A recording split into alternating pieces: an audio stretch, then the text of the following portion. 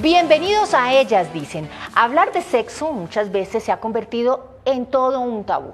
Solo la palabra nos genera vergüenza, temor, a veces hasta nos sonrojamos. Pero nuestra invitada de hoy ha logrado normalizar este tema a través de los libros, de las obras de teatro, de las conferencias y videos en su canal de YouTube. Le damos la bienvenida a la sexóloga Flavia dos Santos. Flavia, bienvenida. Gracias, qué alegría estar aquí en Ellas Dicen. Y está también... Y yo sí voy a decir. Sí, nos va a hacer, ella lo dice. Gonzalo Álvarez también nos va a estar acompañando aquí con la música y ustedes nos pueden seguir a través de las redes sociales en @canalcapital y www.conexioncapital.com. Participen en nuestras líneas telefónicas que aparecen en pantalla y saludamos muy especialmente a todos los que están conectados a esta hora a través de nuestro Facebook Live. Bienvenidos a todos ustedes. Flavia, qué rico tenerla aquí. Gracias. Desde el día 1 dijimos, tenemos que tener a Flavia en Ellas Dicen. Y Flavia, la pregunta con la que voy a empezar es, ¿por qué decides ser sexóloga? ¿De dónde nace eso? Eu não decidi, eu fui levada. Digamos que toda em minha vida, não é que eu tenha essa coisa de que tomo uma decisão e vou detrás de ella. As coisas um pouco se unem, as estrelas e me levam.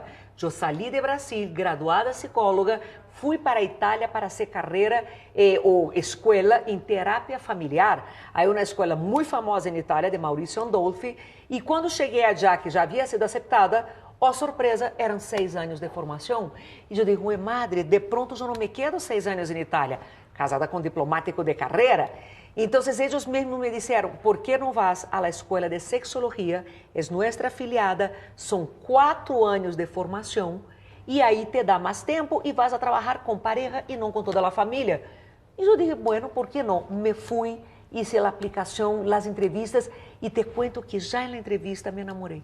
Ou seja, talvez o professor que me entrevistou, que me explicava de que se tratava a sexologia, porque tampouco em Brasil há uma carreira de sexologia estabelecida e organizada como há na Europa.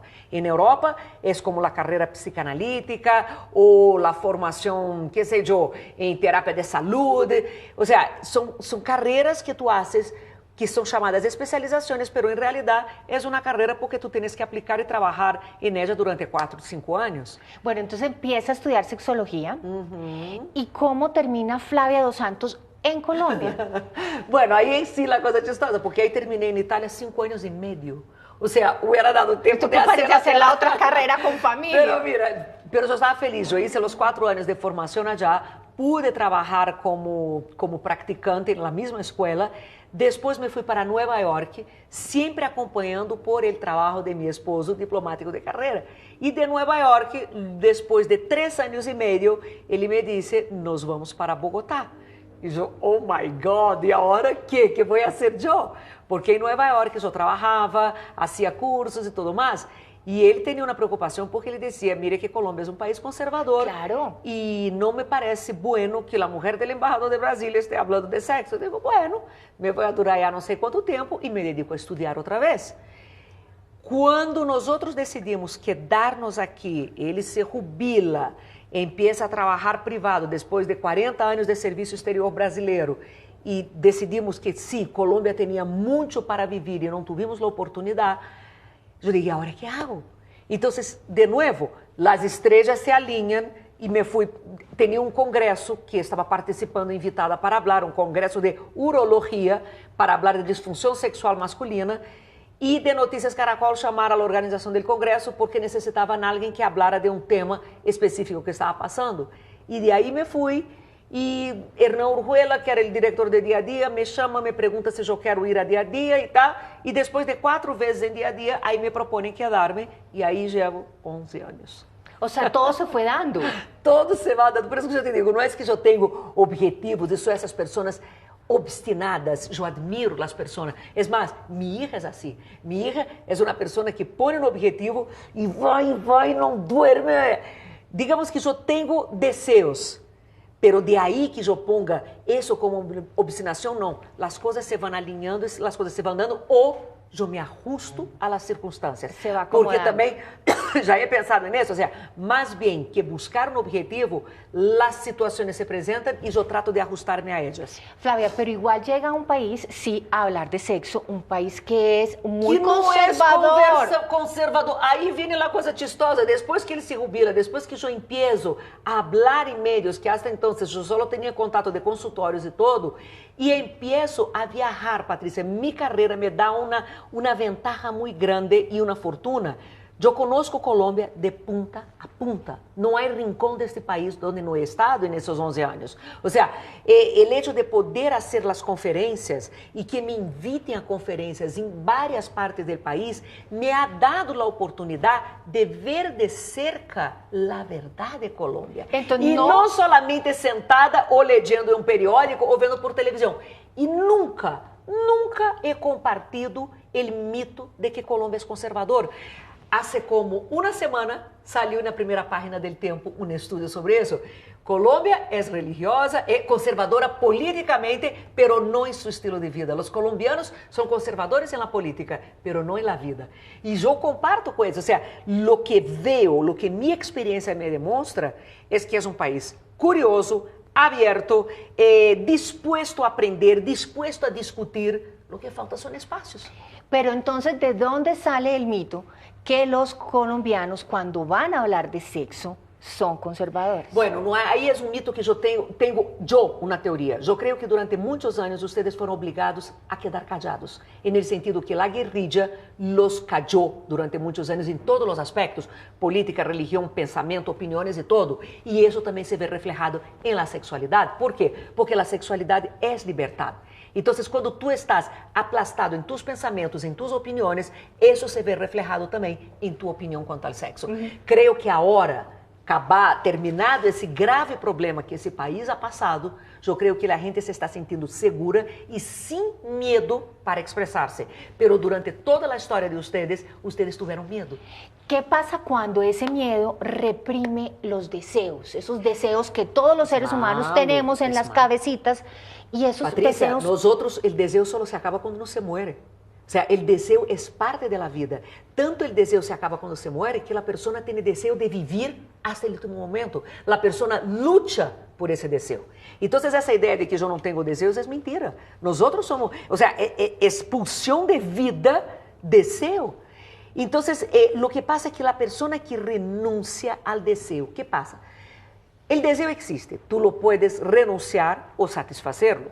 Quando tu lo renuncias, tu tens formas de canalizá-los, seja sublimando, ou seja, encontrando objetos em la mitad del camino, donde tu lo satisfazes essa pulsão del deseo, ou seja, negando esse deseo. As pessoas que tratam de negar esse deseo, isso é malo. Porque o desejo sai de alguma maneira, é uma pulsão vital, está dentro de ti, não é algo de afuera hacia dentro, é de adentro hacia afuera. E aí está o problema de reprimir certos desejos, ou não trabalhá-los, ou canalizá-los positivamente. Por quê? Porque a renúncia ao desejo, o que vemos, ou el sofocar, é o que leva depois a patologias e problemas da sociedade. Ou seja, neuroses, enfermedades mentais, crímenes pasionales, nosotros vemos eso todos los días. La base o el origen de esos problemas está en qué? En una mala relación con los deseos y una mala relación con la propia sexualidad. El ser humano es sexual. O sea, nosotros somos sexuados del momento en que nacemos hasta ese último suspiro, cuando de verdad el deseo se acaba. Pero se uno não aprende a manejar, a convivir, a entender esos deseos, isso se transforma em um problema para a própria pessoa e isso, qualquer pessoa que trabalha com saúde mental lo vê todos os dias, porque é o que te chega em consultório, é o que te chega em clínicas psiquiátricas e é o que chega em la policía. Flavia, estábamos hablando fuera de cámaras del tema de las regiones en Colombia, y usted que ha viajado tanto y que se conoce Colombia de punta a punta, los hombres de la costa son más fogosos, los del interior son menos. ¿Cómo es ese tema de la fogosidad de los colombianos? Lo que pasa es lo siguiente, cualquier parte de tierra caliente tiene una ventaja adicional de las partes más frías, que es la piel.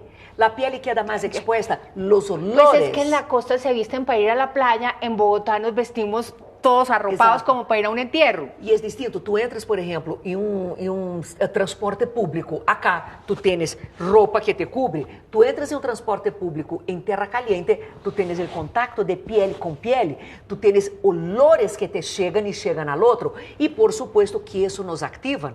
Então, não é que seja um tema de fogosidade. Digamos que é uma facilidade maior de tocar nuestro gran órgano sexual, que es la piel. La gente cree que el órgano sexual son los genitales y no. La primera forma que nosotros recibimos amor es por la piel.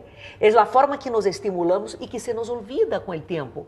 ¿Por qué? Porque generamos la síndrome del porco espino, donde creamos espinos y cada persona que se nos acerca hacemos así y no nos dejamos tocar. Y eso se ve reflejado ya quando uno entra na adolescência, que já los papás les dá medo e a los hijos também. Depois, na relação de pareja, tu empiezas a alejarte físicamente de tu pareja e te das cuenta que nunca mais se han corrido de la mano, que nunca mais se han tocado la piel. Las parejas que duermen em pijamadas e já não têm mais contato com a pele o e se te olvida, separados, e se te olvida la textura del outro, se te olvida como é a temperatura del outro. Então, muito também da sexualidade, do trabalho de terapias, é retomar esse órgano sexual que é nossa pele. Flavio, usted escribió un libro que se llama Orientación Sexual para Orientadores. Não, essa é uma conferência. É a conferência. Eu tenho outros livros. Essa é uma conferência onde eu trato de falar, explicar como é importante formar formadores. Exato. Por quê? Porque hoje em dia tu vê pessoas que têm a teoria claríssima, pero não se han trabalhado. Tu não puedes chegar e trabalhar com temas que não te llevas bem. Tu não puedes, como terapeuta, receber em consulta pessoas com crises que te remetem a tus próprias crises e malestares. Então, que he visto? Formadores que entram em uma classe llena de adolescentes que têm a capacidade de ler a uno como um livro e dizem pene. E no momento que dizem pene, cruza os braços, miran hacia abaixo, tu vês a incomodidade da pessoa no linguagem não verbal. Então, tu não puedes falar de algo positivo, placentero, se tu não tienes claro o que sientes e como é para ti. ¿Por quê? Porque mandas o mensaje equivocado. E no momento que mandas equivocado, de todo puede pasar. Pero eso que dice Flavia es muy cierto de que los adolescentes nos leen, pero inmediatamente. Pero qué tan importante es que los padres aprendan a hablar tranquilamente de sexo con sus hijos y con sus hijas. Hay que hablar y hablar y hablar y hablar hasta el cansancio. Y la gente me dice, ¿a qué horas? A la hora que despierta, a la hora de comida, a la hora que están viendo televisión. O sea, nosotros estamos bombardados de sexo. Temas sexuales não nos faltam. É um tema de llevarlo a colação e perguntar a opinião de los hijos, expressar os próprios valores. Ojo, la escuela informa, la casa forma.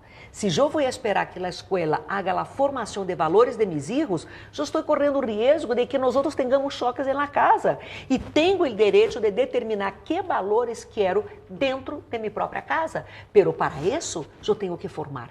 E formar significa que hablar, discutir, escuchar, evolucionar pensamentos. Há papás que me dizem, pero eu não sei tales temas. Não importa. Quando os filhos perguntam e uno diz não sei, sabe que? Eu não sei, mas bem busquemos juntos a resposta. Vamos a Google, vamos buscar um livro, consultemos a um profissional. Nunca deixar os filhos sem resposta e nunca deixar o tema presente. Os adolescentes muitas vezes não querem falar, pero escutam, são como burros. Põem uma atenção tremenda, estão callados aí só escutando e aprendendo algo fundamental. Dentro de minha casa, o canal estará aberto. Agora, se o adolescente nunca escuta, se é um tema proibido, no momento que tenha dúvida ou peligro, vai encontrar a resposta. Pero vai encontrar a resposta de formas que de pronto não são as mesmas que eu pensaria que quisera que mis hijos tuvieran. Flavia, en esas conferencias que usted dicta por todo Colombia, ¿cuál es la pregunta más frecuente? ¿De verdad? ¿Qué es lo que más le preguntan? ¿Quieres que yo te cuente? Sí, queremos saber. Mira, eu tenho uma conferência que eu tenho muito carinho, que se chama Sexualidade e Qualidade de Vida, onde hablo de definir a sexualidade, a importância, linguagem, autoplacer, mitos, embarradas na cama, despertar del desejo. Pero há temas que não tocam. E por que não toco a propósito? Por quê? Porque quando empecei, tinha também essa concepção que Colômbia era conservadora. Então, eu dizia, não vou a tocar o tema e vou a deixar que certos temas surjam de maneira orgânica, como está na moda, essa palavra, orgânica. Mira, Patrícia, em 11 anos não há conferência que dictada, eu já perdi a conta de quantas são, porque eu dicto mais ou menos umas 15 por ano, 15 a 20, em que entre a segunda e a quinta pergunta é: ¿me puedes hablar de sexo anal? Aí eu me muero, aí eu me pego la carcajada. Y no faltan los que todos se ponen colorados. Não, a gente se calla e queda atenta, porque a partir desta pergunta, vêm as outras. Vem a pergunta do trio, vem a pergunta de como manejar minha pareja que quer ir a um swingers club. Ou seja, aí a coisa vai por um hilo, que é onde eu digo sempre, a parte mais placentera para mim de uma conferência são as perguntas. Claro. Porque são as perguntas onde a coisa de verdade aparece. E foi onde eu pude comprovar, e nesses 11 anos, que Colômbia não é conservadora. Então, esses temas, eu não os trago a propósito, não trago a propósito, mas me encanta quando surgem, me pego essa carcajada e digo, agora vamos empezar de verdade a trabalhar aqui. Ahora vamos a hablar, ahora sí. El tema de la infidelidad, pensé que era también una de las preguntas que más le hacían. Sí, pero son das perguntas soft. De las suavecitas. Essas são as suavecitas, obviamente todo mundo quisera, porque qual é o grande medo do ser humano? Perder essa admiração, porque nós outros nos construímos a partir da mirada do outro. E quando estamos enamorados, nada mais importante que essa mirada constante. Então, se nós outros vivimos esse conflito constante, não? Entre eu quero estabilidade, tranquilidade e amor, pero eu necessito aventura, eu necessito curiosidade, eu necessito desafio. Então, nós outros vivimos esse medo constante que o outro vai deixar de mirar-nos, que o outro vai ter uma mirada mais allá, pero não há claves, não há, nada na vida está garantizado, o amor não está garantizado e temos uma capacidade infinita para amar. Então, não há uma clave. Pero sí. E que é bueno, porque no momento que tu tens a dúvida, tu mantens a curiosidade, a preocupação constante e a sedução. Não há nada pior para o amor, a sedução e o desejo que a garantia. Se eu tenho garantia, eu descanso, eu relaxo. Agora, se eu sei que minha pareja, e nesse momento que eu estou aqui vendo esse programa, pode estar sendo coqueteada por outra pessoa, isso imediatamente me excita. Por quê? Porque não há maior afrodisíaco que isso. O maior afrodisíaco é imaginar tu pareja com outra pessoa. Oh. Isso te dá medo e te excita, porque o medo é excitante. Porque va a pensar, lo voy a perder, y entonces si lo voy a perder, ¿qué tengo que hacer? Y entonces empieza inmediatamente. E te excitas. Sale porque de la se zona outra de confort. se outra pessoa lo está mirando é porque tem algo. E que é esse algo? Eu tenho que descobrir que é. Que é o que mantém o desejo vivo? A curiosidade. E no momento em que perdemos a curiosidade hacia nossa pareja, deixamos de mirá-la. E quando deixamos de mirá-la, é quando as coisas se perdem e no amor e em todo mais. Hay un libro que se llama Poliamor, ¿verdad? Sim. Y estábamos hablando fuera de micrófonos si es posible amar a varias personas. Claro, tu te das conta como a gente hoje em dia utiliza mal as palavras? Eu sou monógamo, mas eu sou monógamo a cada relação. Se a monogamia não é isso, monogamia é que tu tem uma pessoa toda a tua vida. E a gente lhe encanta dizer que é monógamo. Nadie é monógamo, nadie. Todos nós outros temos várias relações ao longo de nossas vidas. Así sea mental, así sea en la fantasía. Assim se a fantasia, assim se a realidade, e a realidade é essa. Antes que te cases atualmente, tu vistes outros novios, e não é dito que no futuro tu matrimônio vai falir e tu não vai ter outras parejas. Agora, o poliamor é um movimento real que está correndo força e é válido. Por quê? Porque vemos que o matrimônio é uma instituição fadida. Quantas pessoas vivem no drama da infidelidade, do engano, da mentira, do sofrimento, etc, etc. Então, por que não ser honesto com o mesmo e dizer, sabe o que? Eu te quero, te amo, te estou amando hoje, pero não puedo garantizar que solamente a ti, porque não estou hecho para uma relação exclusiva. Estás de acordo? Porque também quero que tu vivas essa liberdade na relação. Agora, ojo, não é que eu desperto amanhã e digo, sou poliamorista. Não. Essas são filosofias de vida que se vão construindo e conceitos e que te põem à prova em várias coisas. Toca tu egoísmo, tu capacidade de soltar, tu capacidade verdadeira de assumir amor. Nós outros amamos muitas pessoas. Amamos nossos filhos, amamos amigos. Quantos não têm essa relação platônica por el professor, por el maestro, por el gurú espiritual. Isso é amor. Que não haja contato de pele não significa que não haja uma infidelidade. Internet, chatear com outras pessoas é infidelidade ou não? Ah, pero nunca nos besamos. Y todo lo que tu se compartes, dice, tu compartes claro. emociones, fantasías e todo. Tiempo, además. O sea, entonces es muy chistosa. La gente como pone sus definiciones. Soy monógamo, tengo 10 parejas en chat, tengo un profesor que soy enamorada, tengo una amiga que me muero por ella. No, pero yo soy monógamo. No, yo no tengo beso, nunca toqué, nunca intercambié cercaciones con esa gente. Pero Flavia, todo eso tiene que ser concertado. O sea, si yo estoy de acuerdo en que tú vas a tener poliamor y yo estoy de acuerdo, hágale. Pero si yo no estoy de acuerdo, entonces ¿qué no pasa? somos ahí que no podemos de pronto tener una relación, como de pronto tú no puedes tener una relación que no comparta los mismos valores. O sea, tú no puedes estar con una persona que tenga choque de valores. O sea, que de pronto nosotros não respeitamos a mesma visão de vida. Eu he conhecido parejas nesse país que em época de eleições acabam. Porque uma é de direita e outra de esquerda e não se podem tolerar. A mim me parece louquíssimo. Sobretudo que... Pero é verdade, e nesse país é comum. O sea, parejas que estavam super bem hasta que chegam as eleições a presidente e empiezam a ver que, e me digo em consultas, eu não puedo, porque aqui é um tema de vida ou morte. Aqui é um tema de valor de total. E sim, tu tens que respeitar, são valores distintos. Então, de pronto, essa pessoa não é para ti. Lo que no te cabe no fuerza. Sí, no hay que forzar absolutamente nada. Vamos a hablar de el verbo placer. Exacto. Es la obra de teatro. Conjugar este verbo es una delicia. Conjugar el verbo placer. De várias maneiras, e que não necessariamente tenha que ver com o sexo. O sea, o verbo placer é uma puesta em cena, uma proposta de um monólogo musical, eu não sou comediante, donde se habla de las distintas formas que temos del placer. Tatuajes. A gente hoje em dia não se tatua e não sente um prazer enorme em mostrar suas tatuagens. Compras. Comer, cozinhar. Todo isso, tomar um café com um amigo, uma amiga. Quantos de nós outros hoje em dia não nos permitimos mais isso porque não temos tempo? E é uma coisa sencilla, sentar com um amigo que a ti te encanta conversar e tomar um café no fim da tarde. Não puedo porque tenho que. Então, o verbo prazer é uma invitação para retomar essas modalidades de prazer.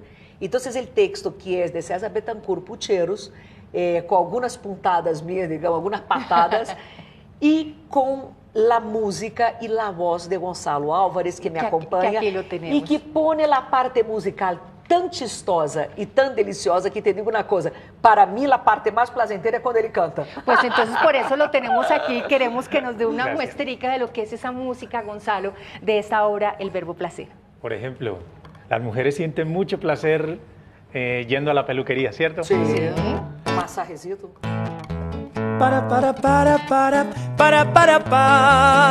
Dichosas salen todas las mujeres de ahí, felices sintiéndose unas Lady Di. No hay nada que al tiempo de mal goce y calor, que un rulo, un tinte, un peine y un secador. No hay como el cosquilleo que te da un delineador, el beso que da el roce de un labial rojo pasión. Y siempre que te jalan cepillándote el pelo, es como hacerlo con un león. Un peinado es una risa, cada corte es un gemido, un postizo es todo un clímax. Todas piden más, más, más. Es la fuente de alegría para el sexo femenino, como en la peluquería no gozan jamás. Ai, Muy talentoso, cita que uno nunca deixa de ir, que La de la peluquería. Hacerse las uñas, hacerse el masajecito, la hidratación en el pelo e todo. Uno sabe que é importante. E eu recomendo, porque nada mais rico que mirarte no espejo e sentirte bem em tu própria pele e dizer, caramba, estou bem. Flavia, ¿dónde podemos ver la obra de teatro? Estamos en el Auditorio Scandia, que está en la avenida 19 con calle 108, los viernes a las 8 de la noche y sábados a las 6 de la tarde. Solo vamos a estar más 3 fines de semana, porque é só el mês de agosto aqui em Bogotá. E ojalá vengan. Tuvimos uma primeira temporada muito exitosa em La Brida el ano passado, no Teatro Pátria, e esse ano fomos para el Scandia para ser algo mais íntimo, mais personalizado. Al final da obra, Gonçalo e eu nos paramos, tomamos fotos, abraçamos, que es otra fuente de placer. Abrazar. O sea, qué rico que la gente venga, abraza y canta con él, porque hay una canción del punto G, ¿no? Entonces canta con él y pregunta, ¿cómo encuentra el punto G? No es una mancha, no es un lunar, ni una cicatriz, ni una huella de acné, ni un hueso salido, ni un clítoris más. ¿Quién sabe qué diablos es el punto G? No es ese G que provoca el humor, ni el punto que premia en un almacén, ni el punto de encuentro después de un temblor, ni tiene que ver con la red 4G. El punto G, G. Muy bueno. Flavio, usted hace mil cosas, obra de teatro, conferencias, programa de radio, de todo. Y además está ahora escribiendo un nuevo libro que va a salir a fin de año. Fin de año. Estou escrevendo um livro sobre a queja, ou digamos, a demanda que mais veio em consultório todos os dias, a falta de desejo. O sea, nós estamos bombardados de sexo para todos os lados, pero nunca hemos visto uma sociedade ou uma geração com tanta dificuldade em sentir desejo sexual. Gente asexual. Estábamos falando, não é nem asexual, é falta de desejo. Há gente que diz, é que já não me dá as ganas, é que eu chego mamada na casa, é que não tenho desejo, e consomem toda a literatura possível imaginária de autoajuda, de los gurus de la felicidade, de todas essas vainas. Então, eu quero fazer um livro que não é uma autoajuda, não é um livro de ponquês, não é de receita, não é de nada por el estilo. É porque eu não creio nada disso. É sencillamente um livro onde uno pode tratar de identificar qual é o origen de sua dificuldade e a partir de aí solucionar. Por quê? Porque o que conosco eu posso sanar. Se eu não conosco o porquê tenho um problema ou uma dificuldade, é impossível para mim tratá-la. O seja, um médico não te vai curar se não sabe de onde vem a enfermidade. Um terapeuta não te vai ajudar se não te ajuda a entender de onde está o bloqueio. Então, o livro é para mostrar o porquê há falta de desejo e que uno pode dizer, vê, eu creio que meu problema é esse.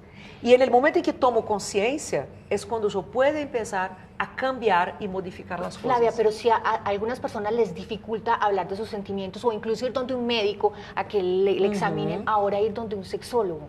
A la gente le cuesta mucho trabajo dar ese paso. As mulheres normalmente traem suas parejas. São as mulheres que buscam de alguma maneira solucionar as dificuldades, porque mira, a disfunção sexual de uno não é de uno, é de dois. É um problema que afeta a los dois.